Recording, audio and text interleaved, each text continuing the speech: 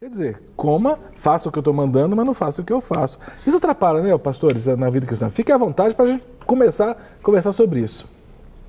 Vamos lá, Rossi, você sugeriu essa pauta, Rossi, vamos lá. Pois é, a gente tem que tomar cuidado com o que a gente fala, né, Cássio? Bom, ainda mais quando sugere pauta. Quando sugere pauta, é complexo. É um assunto muito profundo, eu acho que é bem... a coerência, principalmente a coerência cristã, ela está relacionada à questão de ter um comportamento, uma atitude comportamental adequada àquilo que eu prego, que eu canto, né? Que eu acredito. E ela está muito relacionada também ao ponto de vista da perspectiva da lógica. Eu sou de uma época, por exemplo, eu converti em 85. Eu tive a oportunidade de conhecer o pastor Leonardo lá no Seminário Bíblico Mineiro. Então, eu já sou assim, muito antigo, né? Se você observar, por exemplo, uma pintura do Leonardo da Vinci, se você observar bem a Santa Ceia, eu estou lá. Então, assim, eu peguei... Eu pensei que ele fala sério, mas eu pensei que ele ia citar Leonardo da Vinci.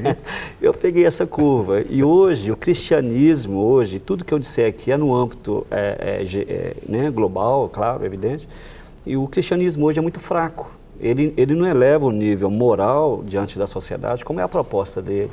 E hoje, se você me permite dizer, a gente vive, de fato, uma crise de coerência na igreja, né?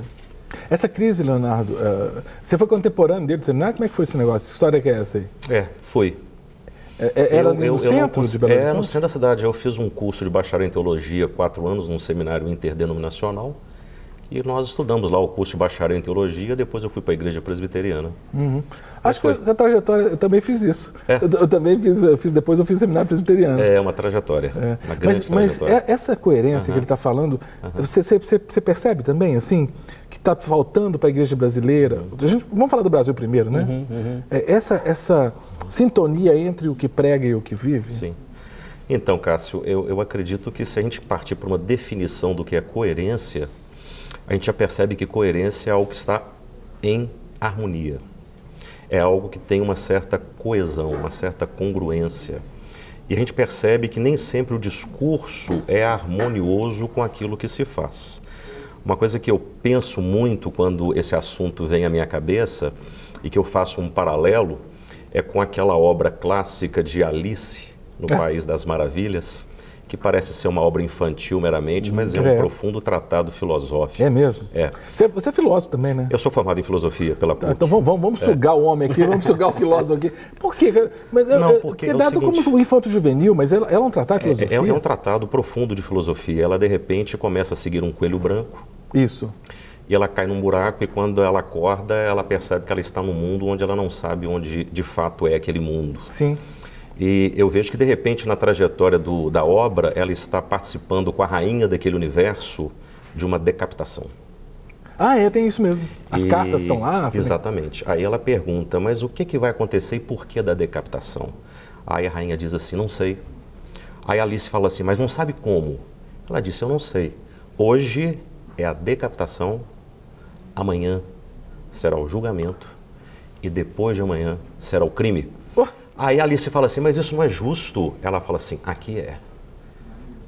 Porque aqui nós é que ditamos as regras e a nossa coerência somos nós mesmos quem estabelecemos. Então, quando eu paro para pensar nisso, eu vejo que muitas vezes as pessoas, seja dentro do universo gospel, do universo evangélico, ou dentro da própria sociedade, estão seguindo o coelho branco, acordando dentro de uma realidade, fazendo coisas que não sabem por que estão fazendo, nem como estão fazendo. Percebe? Mas é engraçado, querendo entrar na filosofia, então vamos entrar na toca do coelho branco lá da Alice. Então. Parece que existe uma lógica interna nessa dicotomia de discurso e prática, porque eu fui pensando na política nacional, não tem jeito de eu não pensar. Minha cabeça está lá em Brasília, minha cabeça está na Lava Jato. Eu fico pensando, existe uma lógica interna, uma coerência na ação desses corruptores, desses corruptos, que é contra a lógica cristã. Né? E é interessante porque parece que eles defendem as suas teses como se normal fosse. Não sei se vocês percebem isso. Parece que é coerente isso que eles falam. Então deixa eu trazer a Alice de novo, agora numa outra obra, Alice diante do espelho. Ela está conversando com um sujeito chamado Humpty Dumpty. É o ovo. E ela diz assim, mas essas palavras elas não têm conectividade. Ele fala assim, tem sim. porque a palavra proferida dentro do seu contexto, ela vale dentro do seu contexto. O Senhor da palavra é quem manda na palavra. Então as palavras elas vão sendo adaptadas de acordo com seus contextos. Então quando você pensa, por exemplo, na política, quando você pensa no próprio Brasil e quando você pensa nos nossos governantes, a palavra da verdade, a proposição verdadeira é a proposição do contexto. Pois é. É a proposição da lógica de quem está à frente do governo, da liderança. Então quando a gente para pensar nessa incoerência dentro do aspecto do Brasil e da nossa política e da nossa nação, a gente percebe nitidamente que o que está por trás é o que os filósofos ingleses também disseram quando trabalharam com coerência. A coerência, ela se transforma numa proposição de verdade dentro do contexto onde ela é aplicada. O bate-papo aqui, a gente não tem um trilho necessariamente a seguir, não. Vou pedir, Vanessa... Sim. Vê com o Leandro é nosso editor de imagem, o Big Boss lá, de onde a Vanessa está. Vê se consegue. Ontem ele conseguiu a imagem da TV, não sei se é da TV Justiça, do que está acontecendo em Brasília. Tá, Cássio, dá só um tempinho que a gente vai tentar conseguir. Tá, vai tentar, porque eu queria comentar sobre isso. Parece que é uma coerência interna, por exemplo, no que está acontecendo lá. Nós temos 7 julgadores para julgar se a chapa Dilma Temer usou ou não recursos ilícitos, abusou ou não do poder político e econômico para a eleição de 2014. Desses 7, os 7 reconhecem que há evidências claras de que houve abuso econômico, que houve injeção de dinheiro ilícito. Por quê? Porque a Mônica Moura falou, porque o João Santana falou. Só que parte das provas disso vieram depois da denúncia inicial. Eu fico me perguntando, é a Alice conversando com o ovo mesmo no espelho. Porque assim, eles sabem que houve, mas embora eu saiba, como nos autos consta que eu tenho que considerar as provas antes disso, eu vou dizer que eles não usaram. Cara, isso é surreal. E pior que isso começa a ser como normal, ao que vale estar nos autos. Gente, que preguiça. Porque a proposição ela é verdadeira dentro do seu contexto de análise.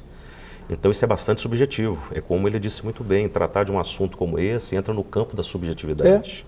Porque eu não tenho, às vezes, como legislar aquilo que é matéria de fato, porque a proposição no seu contexto traz um certo limite, um certo parâmetro para que eu possa apontar outras possibilidades. Então torna-se muito difícil. É por isso que é um tema subjetivo e complexo, porque entra dentro de um aspecto cultural, dentro de um aspecto contextual, aquilo que parece ser coerente para mim pode não ser coerente para você. No caso nós cristãos, Rossi, por exemplo, fico pensando, outro dia a gente discutiu aqui sobre participação na política.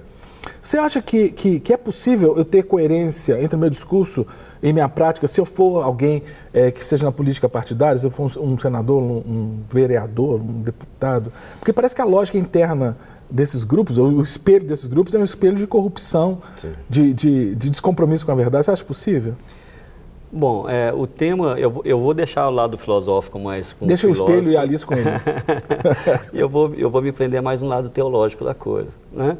Eu penso que o pano de fundo para a gente falar de coerência cristã, e eu sou muito grato a Deus pelos reformadores, que eles foram iluminados, né? E o que eles fizeram, em suma, foi, antes, o cristianismo, que havia se perdido na história, era como se Cristo, Jesus, estivesse no topo da escada, e para alcançá-lo nós tínhamos que galgar degrau por degrau para fazer por merecer. E o que eles fizeram, em suma, foi dizer assim, Jesus está ao rés ao chão, dizendo, vinde a mim todos vós estáis cansados, ou seja, é acessível ao pior, né? E por que eu estou dizendo isso? Isso tem muito a ver com coerência, porque nós temos ali 5 pilares que precisam ser refletidos hoje, é muito contextual com a nossa realidade. Nós temos Escritura, nós temos fé, graça, Cristo e a Deus toda a glória. A Deus toda a glória, então, né, pastor? Dizer isso hoje é o assunto mais pertinente hoje, quando se fala de coerência cristã, porque hoje a gente combate a idolatria bíblica e nós idolatramos, a igreja não toda idolatra, muitos artistas gospel. Escritura, então, é um grande problema hoje, porque hoje se prega qualquer coisa, né, pastor? Verdade. Se prega autoajuda, se prega relativismo, se prega psicologismo, né? Prosperidade, teologia da prosperidade. tudo menos o evangelho, claro, no aspecto geral. E isso vai fazendo o quê? Vai transformando uma sociedade, nós temos estatisticamente hoje um número maior de crentes do que tinha 30 anos atrás, e que não tem feito tanta diferença assim na sociedade, por causa do feeling, por causa do bom senso, que talvez seja o primo aí da coerência. Né? Então as pessoas banalizaram o pecado, banalizaram o bom senso, e vivem em função disso. Eu acho que o problema até começa do púlpito. Essa dicotomia de discurso e prática, eu costumo brincar com os meus alunos da faculdade, onde eu leciono economia política, que eu vejo muito forte, por exemplo, entre os marxistas, a esquerda. A esquerda tem um discurso de justiça social, de igualdade. Não, o discurso socialista científico era o que Marx defendia. Grande parte da esquerda brasileira mora onde? Condomínios fechados, tem carros importados. Quer dizer, o discurso é de igualdade e justiça social. A prática é outra, vou acumular riqueza.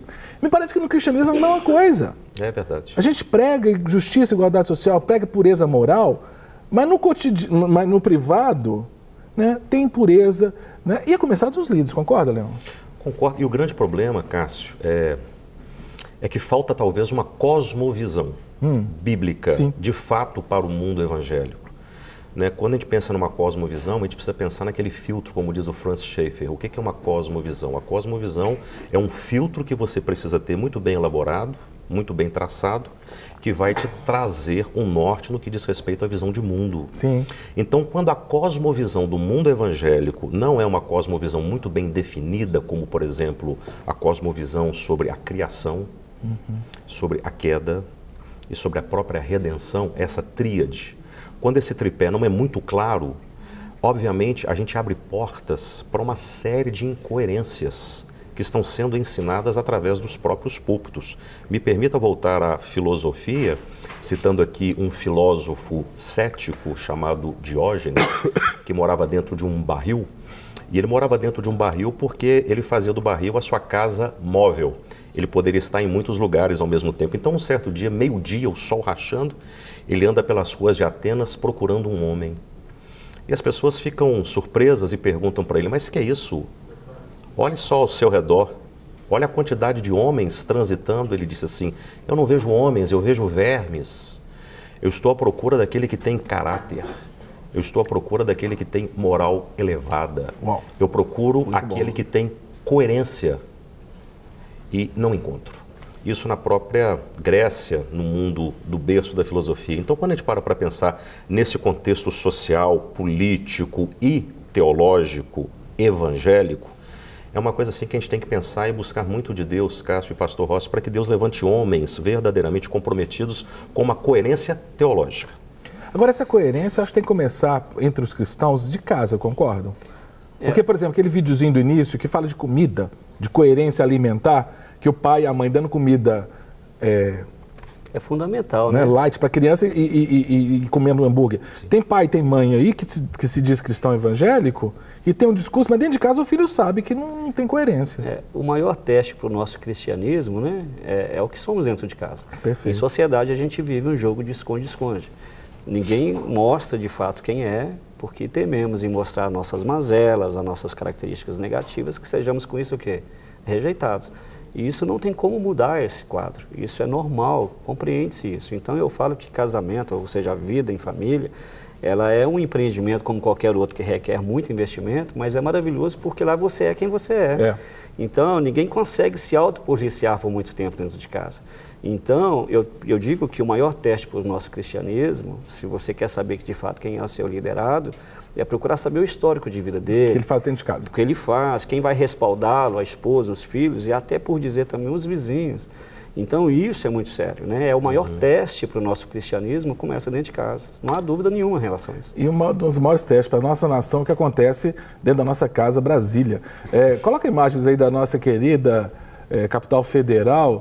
Estamos lá no TSE, Tribunal Superior Eleitoral, julgando. Esse é o relator, o ministro Herman Benjamin, já está proferindo o voto. Eu imagino, porque eu estou sem o áudio dele aqui, mas que ele deve estar terminando a leitura do seu voto como relator.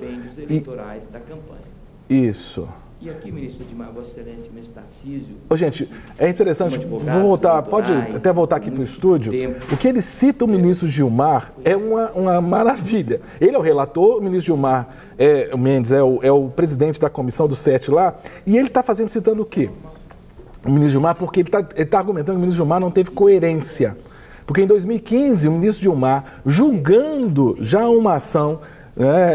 naquela época com relação à Dilma, presidente Dilma, ele indeferiu, ele considerou válida assumir novas provas. E agora, 2 anos depois, ele fala que não pode mais aceitar. Então ele está discutindo a questão da coerência do voto do ministro Gilmar.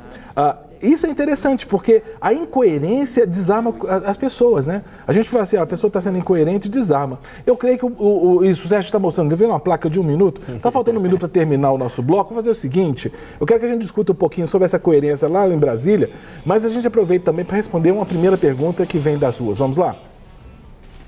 Meu nome é Patrícia, eu sou de Belo Horizonte. A minha pergunta é...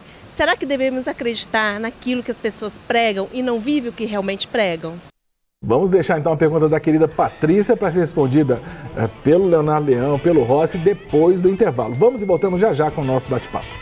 De volta com o nosso bate-papo, um programa para bater papo, para aprender. Estou aqui aprendendo e conversando com os queridos pastores Leonardo Leão e o pastor Rossi Lamonier, batendo um papo sobre coerência na vida cristã. O papo está muito rico, está muito gostoso e a sua participação ela é essencial, mandando o seu WhatsApp para o 31 98402 9756, 98402 9756. E também a participação que vem das ruas, como a pergunta da Patrícia, se eu não estou enganado. Vamos ouvir novamente a pergunta da Patrícia. Meu nome é Patrícia, eu sou de Belo Horizonte. A minha pergunta é... Será que devemos acreditar naquilo que as pessoas pregam e não vivem o que realmente pregam? Eu confesso, Patrícia, que eu tenho maior dificuldade, viu? Se eu não vejo um distanciamento, se eu não vejo harmonia entre o que a pessoa fala e o que ela vive, eu tendo a desprezar o que ela fala. Olha, não sei se é problema só meu. O que vocês acham? Dentro da Vox Dei, a teologia reformada, a voz de Deus... É uma incoerência, é inadmissível o pregador, o ministro do Evangelho, ele não ter uma vida que seja condizente com o que ele fala. Muitos pregadores... Inaceitável, né? Inaceitável. Muitos pregadores reformados diziam que o pregador, ele mostra com a vida o brilho do Evangelho e a doutrina vem apenas para ser o ornamento desse brilho. Ele prega com a vida. Ele prega com a vida. Então, é uma incoerência.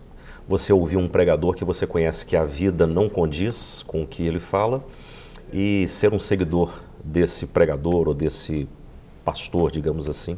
Por isso que Jesus também, assim, a pregação dele era oral, mas era no cotidiano. Mas né? ele batia de frente, Cássio, com aqueles pastores da época. Os pastores da época que tinham o poder da teologia e da hermenêutica, da interpretação, os fariseus... Jesus foi veementemente contrário ao que eles pregavam. Eles traziam uma pregação verdadeira de uma certa forma, mas a vida deles não era condizente, era uma vida que não tinha nenhuma relação com a prédica, com a comunicação do que diziam. Mas por isso que eu tenho tanto desculpa, Rossi, mas é porque aqui é bate-papo também, eu posso até entrar na frente dos convidados, mas porque, sabe, me dá um medo que pessoas que têm o poder da palavra. Sim. Porque tem pessoas que são tão boas de discurso, tão boas de lábia, que conseguem levar as pessoas, ficam assim, meu Deus. O poder da oratória é muito forte. O poder da oratória. Jesus, é interessante isso, porque o que Jesus faz quando ele dá uma ordem absolutamente impossível de ser cumprida na primeira multiplicação dos pães? 5 pães e 2 peixes, diante de 10 mil, porque eram 5 mil homens, mas mulheres e crianças, representa tudo que temos. Ou seja, apesar dos bacharéis, de todo o conhecimento que temos, tudo que temos não passa de 5 pães e 2 peixes diante de uma demanda. João 15,5 diz que ele é a videira e nós somos os ramos. Quem está nele dá muito fruto. Sem ele não é 10%, é nada. E aí, o que ele faz no monte, no Sermão do Monte? Ele diz assim, olha, aquele que tiver um olhar cobiçoso, isso é muito profundo, né, já adulterou. Então ele eleva do nível da ação para o nível da intenção. Ou seja, é impossível vivenciarmos isso hoje sem ele, absolutamente. Com certeza. Todo o recado que ele quis mandar é o seguinte, olha, me dá o seu nada, me dá os 5 pães e 2 peixes, que com o seu nada eu vou multiplicar. Só vai entender hoje a coerência e viver dentro de uma coerência, porque quando você converte, né, você entende a morte substitutiva de Jesus, você é livre da penalidade do pecado, você passa a ter o querer. Isso é interessante. O querer as coisas de Deus, o querer ir para a igreja, o querer ouvir uma canção, uma adoração, envolver com o universo, com a atmosfera da igreja. Mas Paulo fala que o nosso querer só não resolve. É ele que efetua em nós o querer e o realizar. Eu querer amar não me capacita a amar. Eu querer perdoar alguém não significa que eu vou fazê-lo.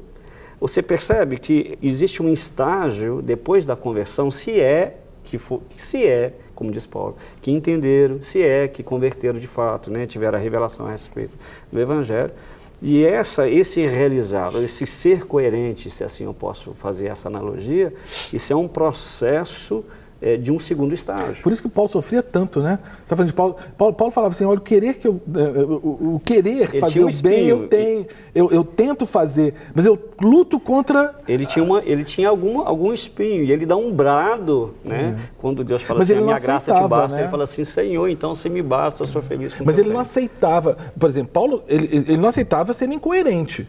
Ele falava, vou querer fazer o bem, eu quero, mas em mim tem uma coisa querendo fazer, me levando a fazer o mal. Mas ele não aceitava uma dicotomia entre discurso e prática. Eu queria até aproveitar o discurso, né? Temos uma parceira, já virou nossa parceira, é uma youtuber, a Fabi. A Fabi mora na Europa, mas é crente a Fabi, e ela é muito dinâmica, é desses talentos que surgem aí com as novas tecnologias. Nós vamos pegar uma contribuição da Fabi sobre coerência. Vamos lá, Fabi.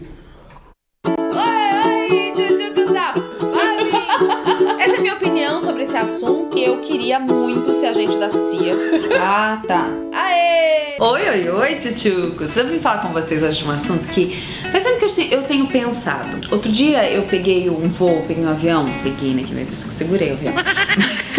Eu voei da Espanha para Londres com 2 muçulmanos, 2 homens jovens muçulmanos, e a gente veio conversando sobre diferenças do cristianismo com a fé muçulmana. E na altura do campeonato a gente começou a falar das vestimentas de mulher, da necessidade de se tapar, que enfim, que eu discordava, né, do ponto de vista bíblico, e eles me afirmando que no Corão também não tinha essa especificação para usarem burca, mas que se cobrir ou principalmente tampar os cabelos era coerente com o que eles acreditavam. Eu falei, mas no que exatamente? Ele falou da mulher ser mais modesta, dela não ser sensual, dela não se mostrar para outros na rua. Então ela se cobrir mostra essa modéstia, essa pureza e evitar o olhar alheio. Então eu falei, tá, mas eu moro em Londres, eu vejo as mulheres muçulmanas se cobrindo com o chale da Louis Vuitton, entendeu? Com sapatilha da Prada, enfim. Eu não via a simplicidade que ele dizia ser atribuída às que eu via na rua, assim, tipo, eram aquelas mulheres todas de preto, mas com um negócio, tipo, você olhava pro pé, era sapatilha, assim, de 2.000 pounds, bolsas de 5.000 pounds, tipo, onde é que ficava a simplicidade, né, muçulmana? Eu brincando com ele. Ele falou, não, é que elas não estão sendo coerentes com a fé delas. Eu não conheço muito do mundo islâmico, a não ser pelo pouco que eu convivo aqui na Inglaterra, mas eu conheço mais do mundo cristão. O Brasil aceita a fé cristã e eu cresci num lar cristão, então, tipo, era o que eu mais conhecia. Mas esse negócio da incoerência, desde essa nossa conversa no avião vindo da Espanha, ficou martelando na minha cabeça, porque realmente não faz sentido a gente agir de algumas maneiras, sendo que a gente advoga uma fé que é totalmente contra aquilo. Por exemplo, Jesus, ele falava de amor, de tolerância, de perdão. Aí nós cristãos, que dizemos que seguimos a Jesus, agredimos o outro verbalmente, somos grosseiros ou fazemos acepção de pessoa, sabe? Não queremos essa nosso convívio, ou julgamos aquela. Não é coerente com o discurso que eu digo seguir, entendeu? Pois é. Ela deu um exemplo claro, isso é questão islâmica, mas eu achei legal porque ela não ficou criticando só os islâmicos. Ela falou, e a gente, né? É verdade. Eu acho que talvez seja aí o nó górdio, né? O ponto central aí. O meu discurso não está coerente com a minha prática. E aí que pega, né? Como é que a gente faz? Como é que vamos ter um discurso autorizado se a nossa prática é distante, né? me permita voltar à Alice. É porque às vezes a nossa prerrogativa dá mais valor em seguir o coelho branco do que propriamente o evangelho. Então muitas vezes nós estamos querendo agradar gregos e troianos ao mesmo tempo. E isso é muito difícil. Isso é praticamente impossível. Então quando a gente quer ter uma prática que seja diferente daquilo que a gente advoga como teoria, é porque no fundo, o evangelho ainda não se encarnou em nós. Nós estamos seguindo tantas outras coisas, né? Nós estamos seguindo o pastor, estamos seguindo o líder, estamos seguindo a denominação, o exemplo que essa moça está usando aí no YouTube. De repente eles estão seguindo um ritual religioso, por exemplo, dentro do nosso contexto, a mulher não pode usar calça comprida. Sim. Aí chega alguém e diz assim, mas por que não pode? Porque a Bíblia diz que não pode usar roupa de homem. Ah, mas por que não pode? Eu não sei por que não pode usar, mas o meu pastor disse que não pode usar. Exato. Ah, mas você tem uma base bíblica, teórica, fundamental para isso? Não, eu sei que as mulheres lá na minha igreja não usam, então logo eu também não uso. Então o grande problema, Cássio e pastor Rossi, é que às vezes a gente está mais preocupado em atender a solicitude do coelho branco, né? Seja ele uma metáfora para representar qualquer coisa para nós, do que propriamente entender o que é o evangelho, né? Entender o que é o amor. A gente prega de amor, mas não vive amor. A gente prega de perdão, mas tem uma dificuldade para perdoar, né? A gente fala de tantas coisas que estão ali no evangelho como proposta de Deus para nós. Teoricamente a gente consegue entender isso, mas praticamente o coelho branco é mais sugestivo do que propriamente... Aliás, o coelho branco nos leva para o mundo da fantasia, né? Nos leva para o imaginário. Então é isso aí. Eu tive nos últimos 4 anos, eu tenho uma palavra que define muito a minha vida, que é a perseverança. Eu sempre digo que a perseverança é uma coisa que traz muito resultado ao longo ao longo dos anos, né? Agora, o que pautou muito a minha vida nos últimos 4 anos foi a coerência. Ela foi um plumo na minha vida. Ela é coerência em relação à administração dos recursos financeiros, tempo, de estabelecer o que é prioridade, do que é urgente, né? Ou seja, das relações no todo. E como eu citei aquele momento, acho que cabe aqui também, quando Jesus fala que ele amplia da ação para a intenção, então se eu tiver um olhar cobiçoso e eu entender que isso é adultério, o que Jesus estava querendo me ensinar, que eu entendendo que isso é um adultério, eu não chego a adulterar. Se eu olho para um irmão e eu por mais dificuldade que eu tenha de relacionar, mas se eu digo racá, sou réu né? E se eu mato essa pessoa dentro de mim, eu já assassinei. O segredo para lidarmos com a coerência é uma palavra-chave que se chama quebrantamento. E isso é diário. Quando Jesus fala assim, eu sou a videira e vós os ramos, é como fazer uma analogia que ali é uma central elétrica. E nós somos a lâmpada, nascemos no supermercado do diabo, olha para a lâmpada e faça a sua parte, em nada funciona se ela não estiver no bocal e entrar nela uma energia que isso, em outras palavras, é a conversão. Só que nessa ilustração é interessante que entre a lâmpada no bocal e a central elétrica, que é Jesus, existe um interruptor. No Antigo Testamento, e talvez eu pense assim, fazendo um sentido figurativo, que era a lei não matarás, aquela chave grande de interruptor. Né? Não furtarás. Hoje é muito fino, é uma linha muito tênue, é um fio de cabelo. Então, como que você vai conseguir lidar no dia a dia, no seu cotidiano? Quem tem um coração puro verá a Deus. Como assim? Na glória, não. Verá a Deus no cotidiano. Você não vai atribuir ao acaso, à sorte, à coincidência, as coisas que te acontecem. Para ter esse feeling, essa sintonia fina, tem que ter quebrantamento. O quebrantamento nada mais é do que o sujeito que, não é que ele tem uma baixa autoestima, ele sabe que ele é o problema. Alguém me chateou na igreja, essa pessoa foi apenas um instrumento para refletir de fato quem eu sou. Ou seja, quem tem quebrantamento é uma pessoa que está a todo momento. Eu penso que é essa pessoa que vai conseguir desenvolver uma coerência com as coisas de Deus. Deixa eu colocar na conversa também o pessoal de casa. O Geraldo do Ceará mandando mensagem, diz assim, procura cada dia mais estar fazendo o que eu prego, porque isto é muito sério. Fazendo o que eu prego. Muito legal, Geraldo. Só para continuar rapidamente, que a Maria, que é de Belo Horizonte, de Venda Nova, manda um abraço aos pastores e diz que o programa está uma bênção. Muito obrigado, viu, Maria? Eu já respondo em nome dos pastores aqui.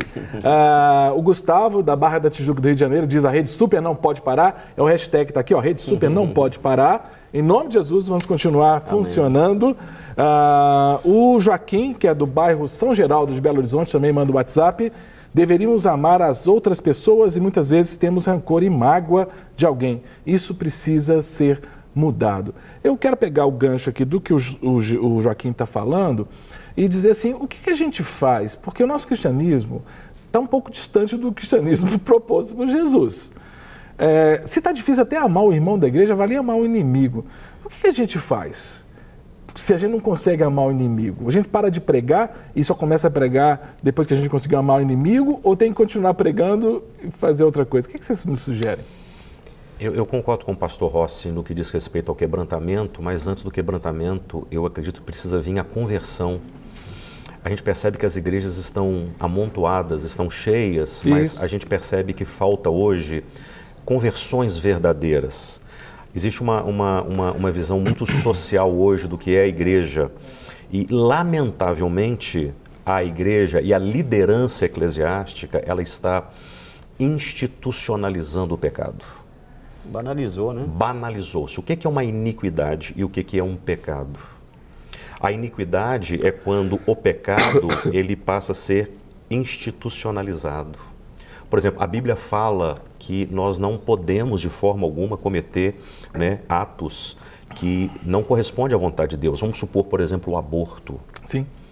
Mas quando o aborto ele é institucionalizado, de repente a igreja começa a fazer o aborto porque houve uma institucionalização do pecado e passou a ser iniquidade. E assim a gente pode fazer vários outros desdobramentos. Eu posso que falar... a gente não precisa nem entrar em detalhes. Não, mas eu vou entrar porque o pessoal... Não, porque o pessoal não vê isso em outra mídia nenhuma. Eu vi aqui na Rede Super. A união, o casamento de pessoas do mesmo sexo, a Bíblia condena. Eu estou aqui na TV evangélica, eu estou estou falando sobre a Bíblia. Certo. Tem igreja, nos Estados Unidos, você sabe. Sim, né? Lógico. Né?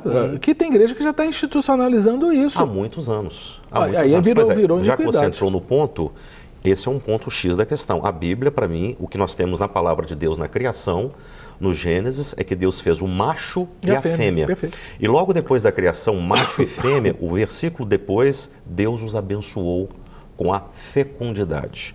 Até onde eu sei, a fecundidade só acontece da união do espermatozoide com o óvulo. É a forma como Deus fez. E Deus disse, os abençoou e disse, sede fecundos. Então nós temos um caso como esse que você está citando, mas de repente institucionalizou o pecado. Isso. O pecado passou a ser iniquidade e de repente a igreja e os líderes começam a praticar isso sem nenhuma dificuldade, porque houve uma institucionalização do pecado. A banalização que o Ross falou. A banalização. Billy Graham, ele dizia assim, olha, doutrinária também. Nós temos 3 pessoas dentro de nós. Isso é Billy Graham. Aquela pessoa que você diz ser, aquela pessoa que os outros dizem que você é, e aquela pessoa que Deus sabe quem você é. Então, eu acredito que a gente tem que parar para fazer uma reflexão muito profunda, começando pela própria liderança que tem nas mãos o poder, digamos assim, de ensinar, de doutrinar e de passar uma cosmovisão bíblica. Cabe a nós começar a pensar se de fato nós estamos simplesmente repetindo as ondas que chegam e vão, sem uma reflexão mais profunda do que é o Evangelho de Jesus, que passa, sim, pela conversão, pelo quebrantamento e pelo modus operandi. Tem muita ortodoxia, eu costumo dizer, e quase nenhuma ortopraxia. Tem teoria, tem teologia, tem conhecimento, mas prática deixa muito a desejar. E aí, de novo, né, para fundamentar a questão doutrinária, precisa reinventar a roda. Exato. Os 5 pilares que trouxe a reforma, está na hora de voltar a falar sobre isso, né? Sola Escritura, sola graça. E interessante, Cássio, porque hoje, talvez quem está nos ouvindo fica perguntando, porque a coerência hoje, ela se aplica assim, por exemplo, o sujeito fala assim, eu vou para o campo missionário, eu vou citar a África aqui porque é o que a gente mais escuta, mas ele não tem isso no seu DNA, ele não está na prática. Quando eu fui consagrado ao Ministério Pastoral em 2001, eu nunca desejei isso, eu já estava numa rotina de 3 anos cuidando, eu ministrava ceia, eu fazia de tudo. O dia que falaram assim, você vai ser consagrado, foi apenas estender.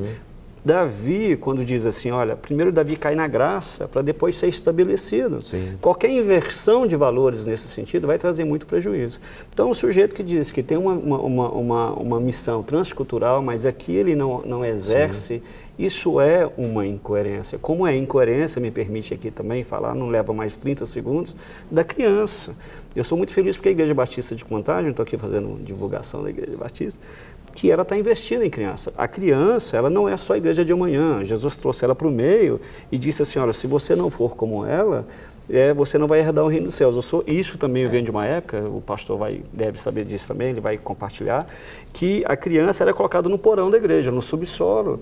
Quando chegava alguém, hoje tem que ser um caça ao tesouro você encontrar alguém que tem habilidade para mexer com criança.